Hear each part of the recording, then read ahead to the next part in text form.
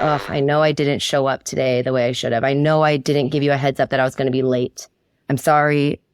I need to do better. Right there, to me, it's like that's commitment to the standard, actually in a failure moment. It's a hard thing for, I think, people to understand that you can show commitment even through failure, but that to me is another way to have that deep connection. This podcast is brought to you by Hey Taco, the only peer-to-peer recognition platform that uses tacos to help teams around the world share gratitude. I'm Doug. I'm Una. This is our podcast, Amazing Teams.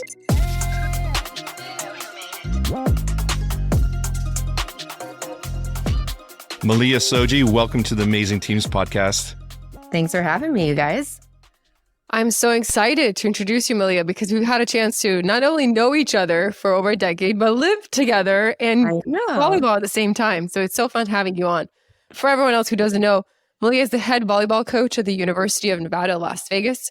She has previously served as the volleyball coach at the University of Utah, Western Oregon, and Willamette University, and has decades of volleyball experience both on and off the court. Stemming from a volleyball family, Malia has also served as a high-performance assistant coach for the USA Volleyball Women's Junior Team and an assistant coach for the Pac-12 Volleyball All-Star Team. Malia, is there anything I missed? No, I guess the only other thing would be, I'm a lifelong assistant, as a kid being an assistant to my dad, which you know very well, Una. So it's just kind of something we do in our family. Malia, just to get straight into the topic of building amazing teams, what do you think it takes to build an amazing team in 140 characters or less? I think it takes deep connection, a commitment to growth and high performance. And then I think it just takes really aligned goals and kind of a very clear mission. So you not recently, but over a year ago, took over a completely new program as a head coach. You got in there in January. How do you start as a head coach? How do you start building a team from square one? Yeah, it's one of the most, I think, challenging but fulfilling things, because one of the things that I was told early on was your culture and your program are a reflection of you.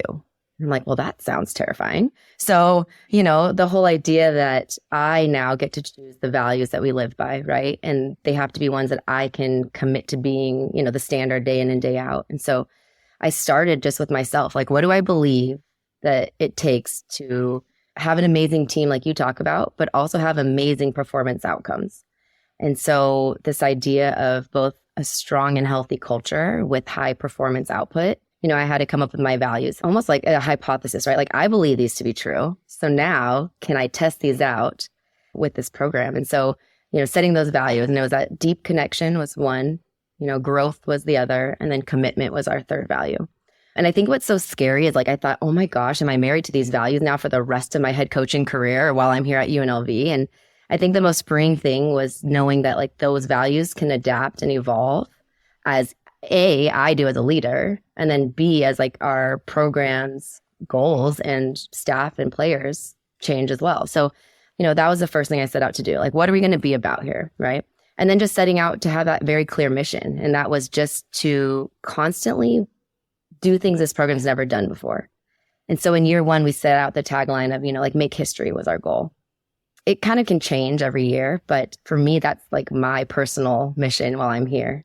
Develop amazing human beings and leave a legacy for the program that is better than what I inherited, which was actually a very strong program when I took over. Malia, I'm curious, where did the values come from? It was a question that, my former boss and I debated a lot. Because, I'm like, well, what are going to be our values, right? And she's like, our values. We talk about them all the time. For me, I think kind of that idea of a mission and, objectives that you're trying to achieve every year and the difference between values. I think her and I kind of sometimes would not see eye to eye on those things. So they were just values that I developed while I was at Utah that I just saw in practice, right? And that really resonated with me.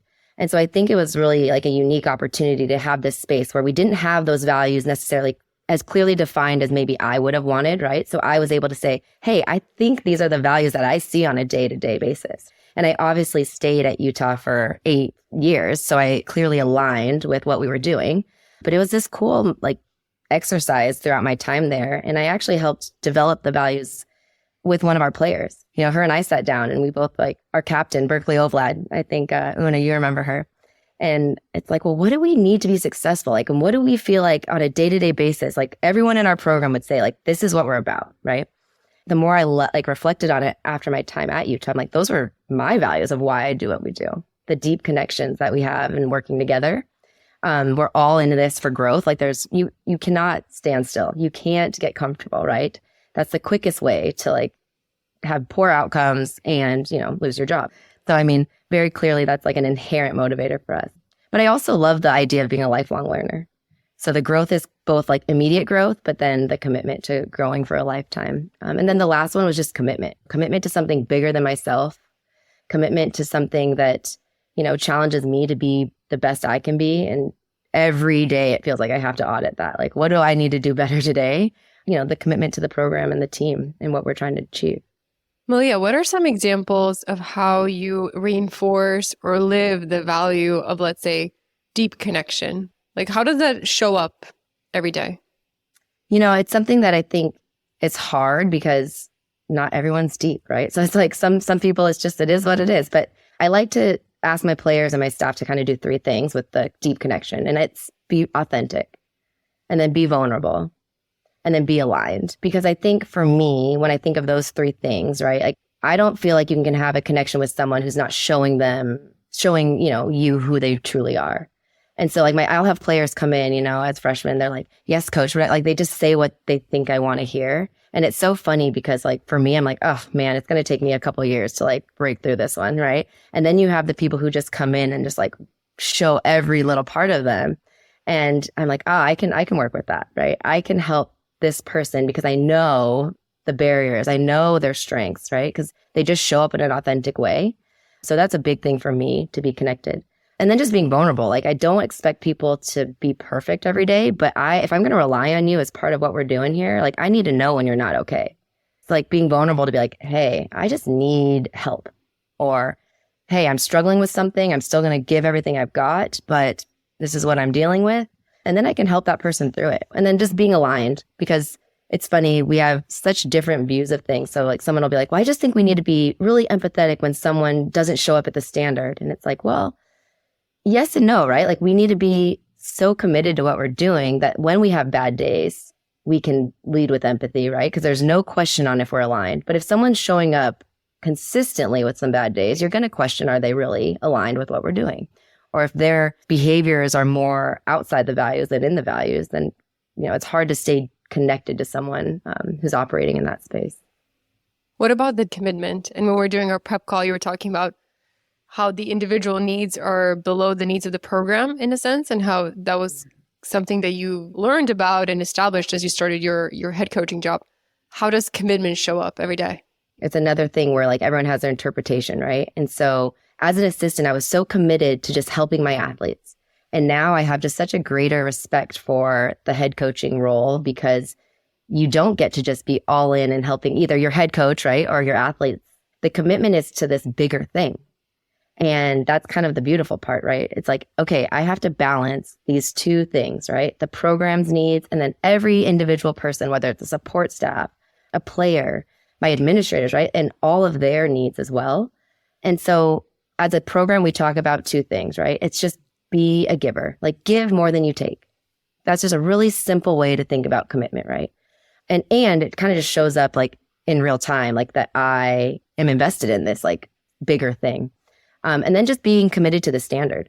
We have high performance standards, right? So when we say, I feel like I am communicating, well, not to the standard of the program, right? So I think that we're not going to be perfect in it, but if people understand that we have to have a higher standard for ourselves based on the goals that we've set out to have, then we can kind of have that empathy when we have missteps, right? Because it's oh, I know I didn't show up today the way I should have. I know I didn't give you a heads up that I was going to be late. I'm sorry. I need to do better. Right there, to me, it's that's commitment to the standard, actually in a failure moment. It's a hard thing for, I think, people to understand that you can show commitment even through failure, but that to me is another way to have that deep connection. I love that. So You come from this extensive family of volleyball players, coaches. Your father coached for many years, your uncle, you have a cousin that plays. I'm just so curious, what's it like when you all come together? Are you talking about volleyball? Oh my gosh, it's so funny. I think that's one of the beautiful things that I think our family has is like, yes, we all have this like connection piece of volleyball, but we all like really value full lives. We actually don't sit around and talk about volleyball much. It's funny. We took the whole team to Hawaii. We played against UH, where my uncle coached for a very long time. Obviously, I had friends and coaching mentors. Peter Balding, a coaching friend of Una and I's and family friend, was in the stands, and he sent me his laundry list of notes, right? And it was wonderful. It's kind of evolved in a cool way, but I think where everyone's at in their lives right now, we don't talk about volleyball a ton. We talk about supporting each other through these crazy moments, right? So like when I'm making hires, I'll call him for advice on these things, or, talking to my cousin Kavika about kid things, right? And then Eric, understanding how high performance environments affect athletes. And so I'm like, how do I support my athletes through these things, right? So it's less about X's and O's and just connecting with my family in different unique ways. And sometimes volleyball is a part of it.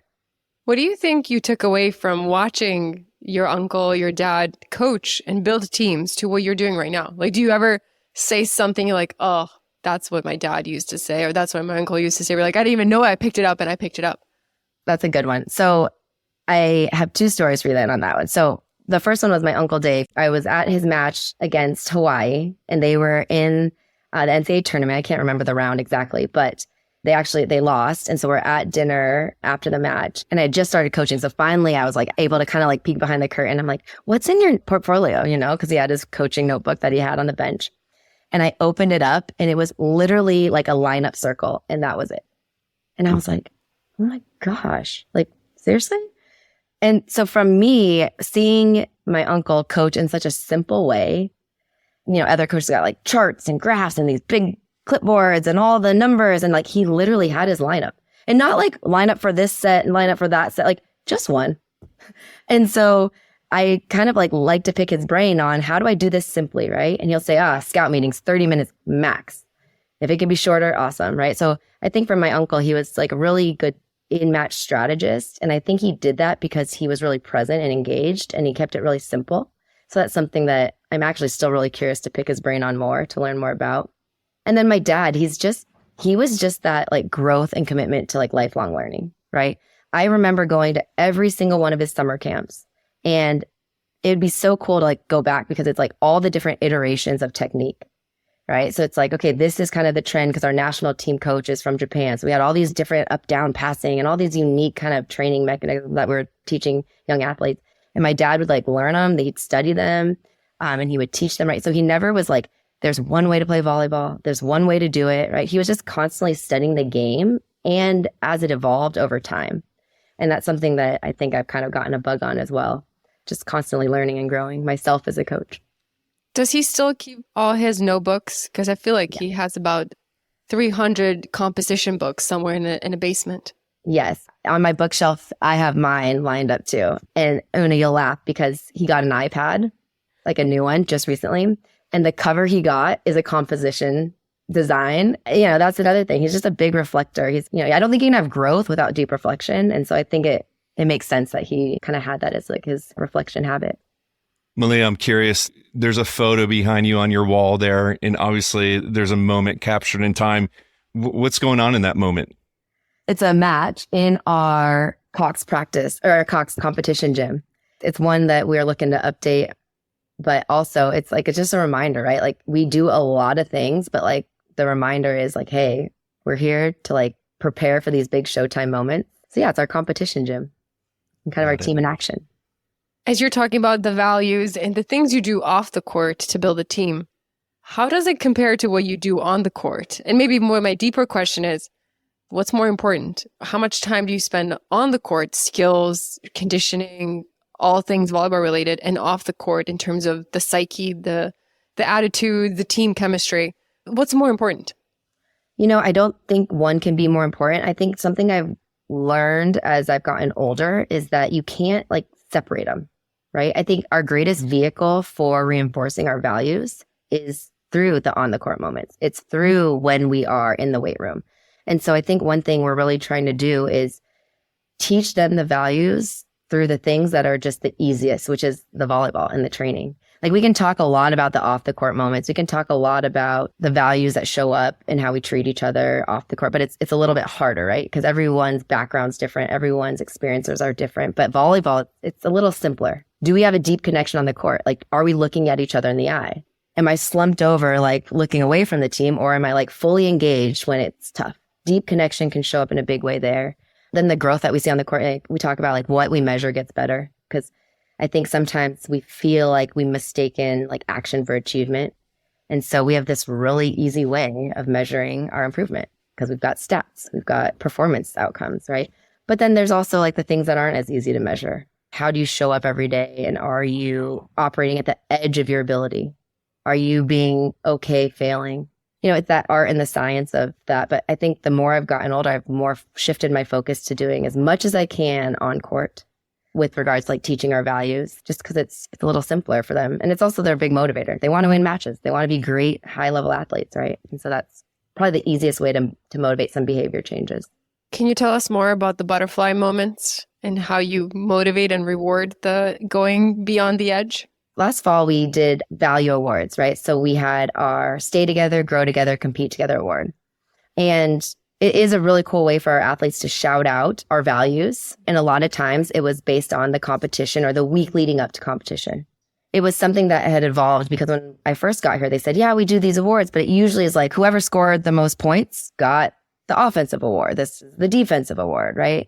This is like kind of the MVP. And so to me, I wanted the rewards to reflect our values. And so we tried to really teach them the values through those nominations. Like they did a survey and they'd submit them. The top vote getters would get presented with the awards. You know, for the spring, I really wanted to emphasize this concept of just being high performing. Like, can we level up in the way that we are recognizing each other? I think right now we're in this like really superficial time for young people. You just get these likes or you see all the comments like, you look so pretty. Great job on achieving something that like very clearly is just an outcome, right? It's harder to reward and recognize process and values. And so, you know, I wanted to use the spring to kind of, you know, use it as a teachable moment of like, okay, let's reward growth at the edge of our comfort zone. And so we use these butterflies that I stole from you guys from the tacos, but we're not digital. So, right. So we're in person. So anytime I saw someone having these like really cool moments of success after the growth, right? Because like everyone is putting themselves in these like vulnerable positions, right? Like I've either expressed to my team that I need help in something or hold me accountable to something that I know I need to do to be the best for the team.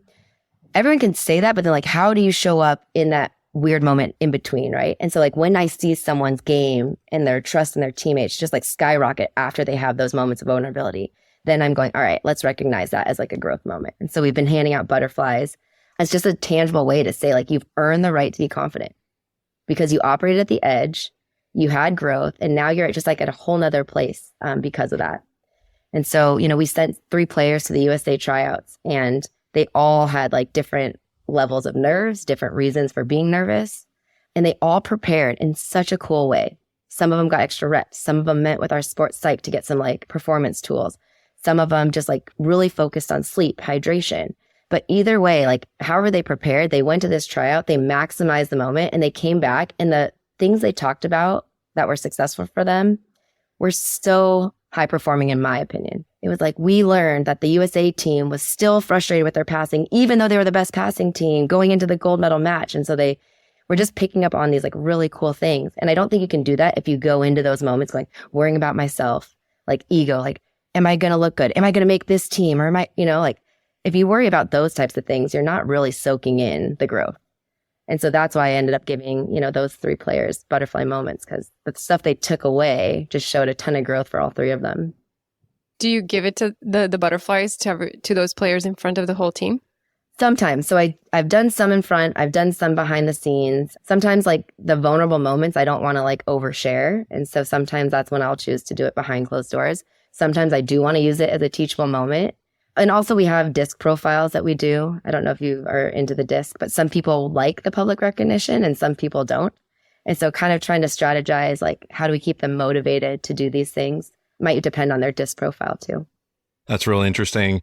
I'm curious about feedback. It's easy to give positive feedback and recognize people for the things that they're doing well. What's your approach to delivering feedback that's maybe a little bit more constructive? Yeah, I think that it's always the harder part, right? One thing that we have really implemented in our program is asking for the feedback, especially between the players, right? Like if you have all these thoughts and ideas and things that are frustrating you, it might be very simply resolved if you could just like give a very clear piece of feedback that's non-emotional. So for me, one thing I implemented this spring was kind of just like the development pyramid for us. And like, I think every freshman that enters the program is going to work their way up to the top of the pyramid, right? And so having a way to say, hey, here's where I'm assessing you right now. Like, this is where I see you, and this is why. You still have not really committed to the preparation of practice, like you're skipping rehabs, you're doing these things, but there's some things that you're doing that are like way up here on the pyramid. And like, I'd love to like get to valuing these things, but I can't rely on you until you are rehabbing consistently, right?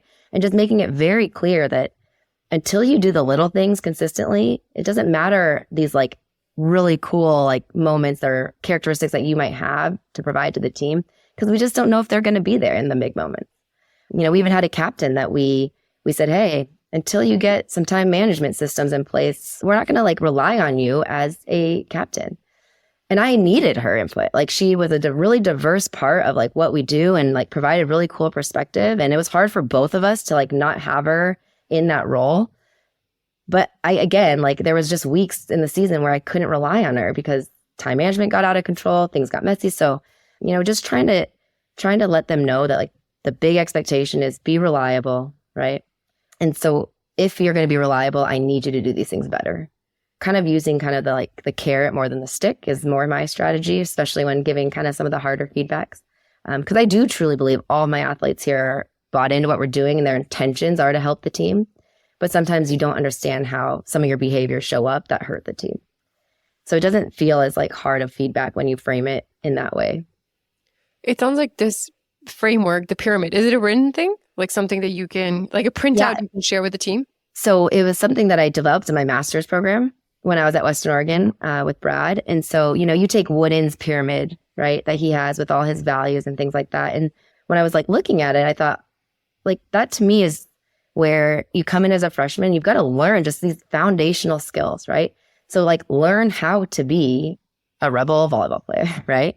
And then all of a sudden learn how to have the skills that rebels need to compete at the level that we're at.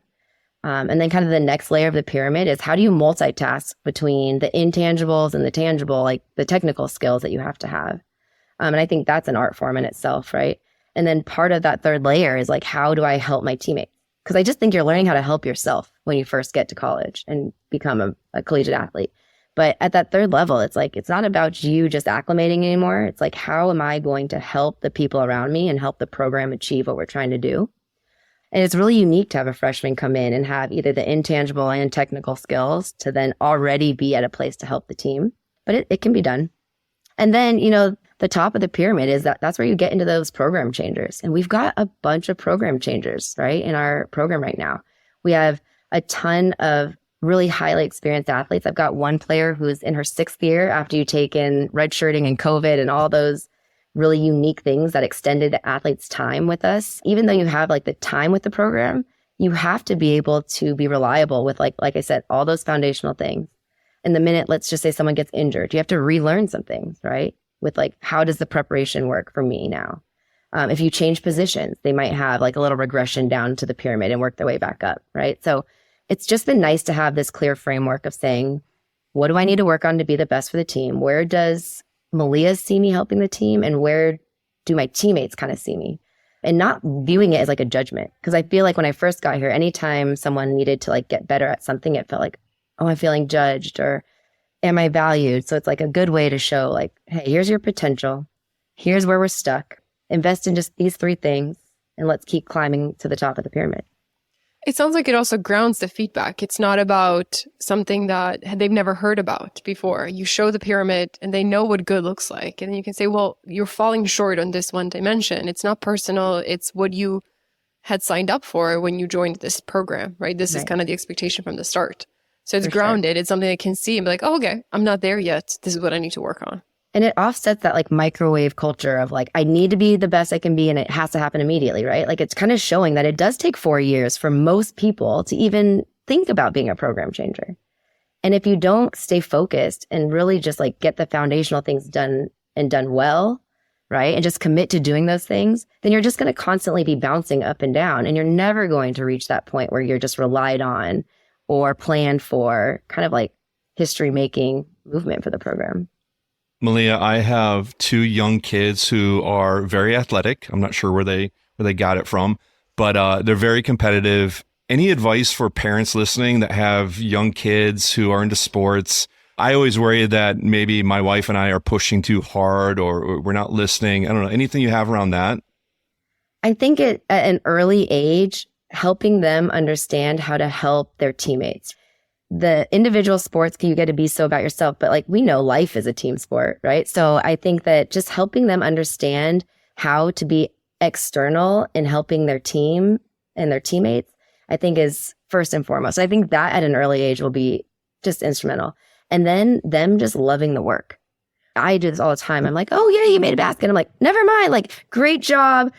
Staying persistent after you missed those 3 times. Like, look, it happened, but you just kept working, right? So it's just this like constant challenge as a parent to make sure you're reinforcing the right things. And so I think reinforcing the persistent, the commitment to something, the hard work, and valuing that more than the outcomes is going to be huge. So process and being a great teammate would be my first 2 advices, because you can teach them the skill after that. But we see it all the time. Super talented players that either don't help their team win, right? Or a team full of talent that don't know how to work together and they fall short. So I think if we can do that, I think our kids will be at least in a better position.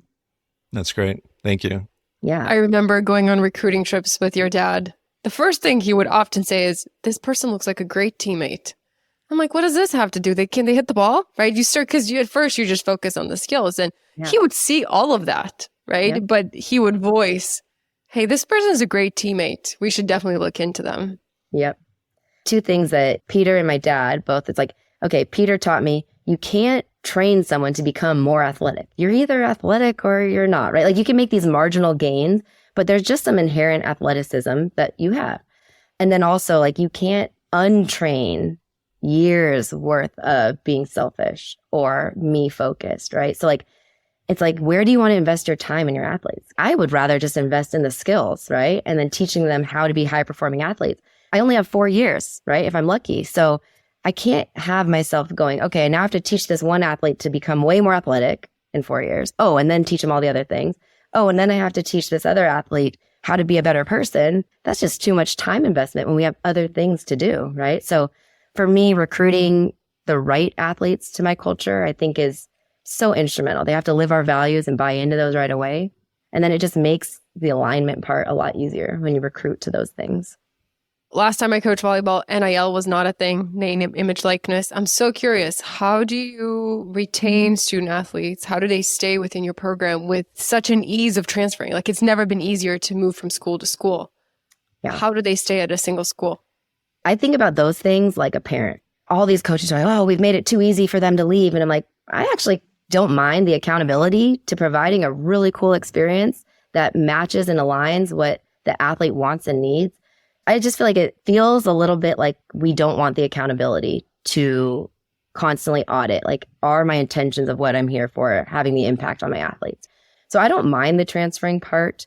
I think the NIL part is a little bit more scary.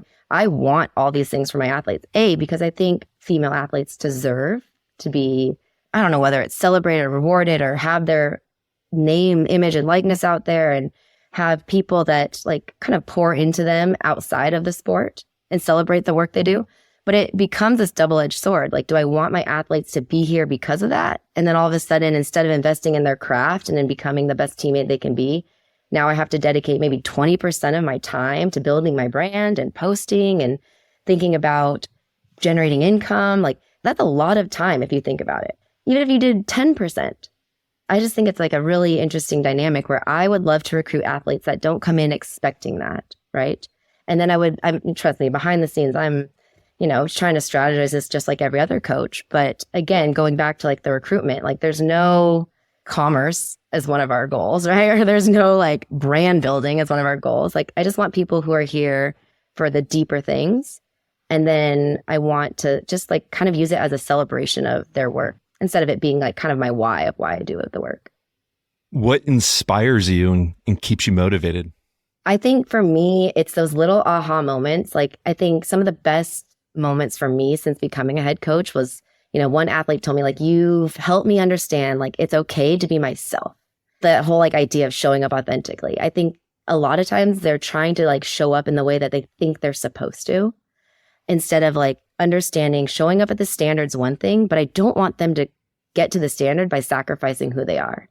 So it inspires me when I see that I can like kind of free them up from some of these kind of like either misconceptions or different coaching philosophies maybe that aren't my style. That's always an aha moment. When I see like the selflessness for the team, I awarded a scholarship at semester this year. And oh my gosh, I might cry on this one. And then the athlete was like, are you sure there's not someone else who might be more in need of this? And I was like, oh my goodness. Like this is like when you see like what you want this to be about, like coming to fruition. Obviously, we gave this scholarship to this person because they were so deserving. And their first thought was to give it to someone else. So like even more like reason why they deserved it. So those are the things that kind of like inspire me because there's a lot of hard days where you're like, oh my gosh, everything I'm doing seems to not be working, or like I could be so much better in all these areas. I think that's the downside to the high performance culture. But those little nuggets, and it's not easy to see, and it's not always for everyone to see, right? But when you're making an impact is what kind of inspires me. And then just the strategy part. Honestly, I've told you guys both this. Like I steal so many ideas from your guys' podcast because I think having an amazing team requires constant studying what's working for other teams, studying and stealing ideas from different industries. And every group of athletes, you change one staff member or one player and you need new strategies because the dynamic changes. I just think the creative part of helping my team be the best they can be and helping my players is the other thing that I think is really fun. The story about the player. I mean, what a confirmation that you made a great decision, right? As soon as the person says like, this is why you have the scholarship. I know. Those are the fun moments, right?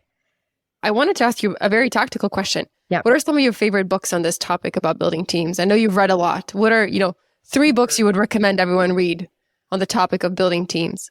2 books that I guess there's a few, right? So I love The Obstacle is the Way. I love Ego is the Enemy. Athletics is a really interesting dynamic because you're literally asking people to like have this psychological safety, like trust each other in the most competitive, unsafe environment of high performing collegiate athletics. So studying like the ego, leaning into like the hard things as being like, this is what we need, right? So I think those 2 books are from Ryan Holiday. They're awesome. I love them. And then The 4 Agreements is always one of those books that not everyone's ready to like receive because it's a little bit more woo-woo of like, just do your best, take nothing personally, right? But sometimes there's those moments where the athletes just need to like let go of some things. And I think that's just a nice book for some perspective. It's a lifelong lesson for me on that one. Yeah, that one's definitely about practice more than having read it and be done with it. The books are endless, right? I think that's what I think is fun, right? I don't think that I could just go out and like, I would have to ask someone like, what do you need for your team right now in the moment? And then I'm sure there's like a book that I've read that would help. For me, I don't think of it as like a prescription for all things. Like I think every amazing team has their own unique needs and issues, and there's different things that each person would need to solve their problems. So if they have questions, I can probably find a book for a need. Let's talk about gratitude. Most of our listeners know Hey Taco, which produces this podcast, is a peer-to-peer recognition tool. And in the tool, you have 5 tacos that you can give out each day to recognize someone for maybe something they've done or to show your appreciation. Who are you giving your 5 tacos to today and why? The first one for sure has to go to my husband, Benjamin. I don't recognize it enough because he does just these little things that just help our lives happen. So he for sure could have all of them if he wanted. He's just so deserving, but he gets one for sure. He's the head coach of the family, whether he likes to admit it or not. He always says like, no, I'm the assistant at home. I'm the assistant everywhere. No, but he's for sure our leader that helps keep things going at home. But then my mom and dad, you talk about amazing teams, like they each get a taco. We had my daughter's 4th birthday yesterday, her birthday party. And, my mom's over there helping with the bead station. My dad's refilling the cooler. Like my mom and dad are just awesome in filling the needs of what needs to happen for our team that is our family. So they each get one for sure. There's a player that I actually got a physical thank you for that I'll shout out today. She came in my office and was like, hey, I think you kind of mishandled this situation. Like, I think it would have been better if you would have just, said like, I messed up. This is what we're going to do. Like, she just gave me some really cool feedback that I don't think many people would have had the courage to do. And so it was like the aha moment I needed to go, oh, let's just like remedy what happened and let's move through it and let's fix the problem, right? But if I hadn't had her feedback, I wouldn't have been able to kind of problem solve. She'll know who she is and she's getting a fish net for it. She's got a beta fish taken care of. My last taco has got to go to a group of people. It's my staff. They all have so many different things that they do to help this thing happen. And so they, every one of my direct staff and then my support staff, that's my last taco. They each get a bite of the last taco. That's right. Not a lot to go around there, but they get it. I love it. Well, Malia, thank you for being on the podcast. We really appreciate it. Well, thank you guys. This is so rewarding and so great to reconnect with Una. And I love what you guys are doing. I'm a faithful follower of the podcast. Thank you, Malia.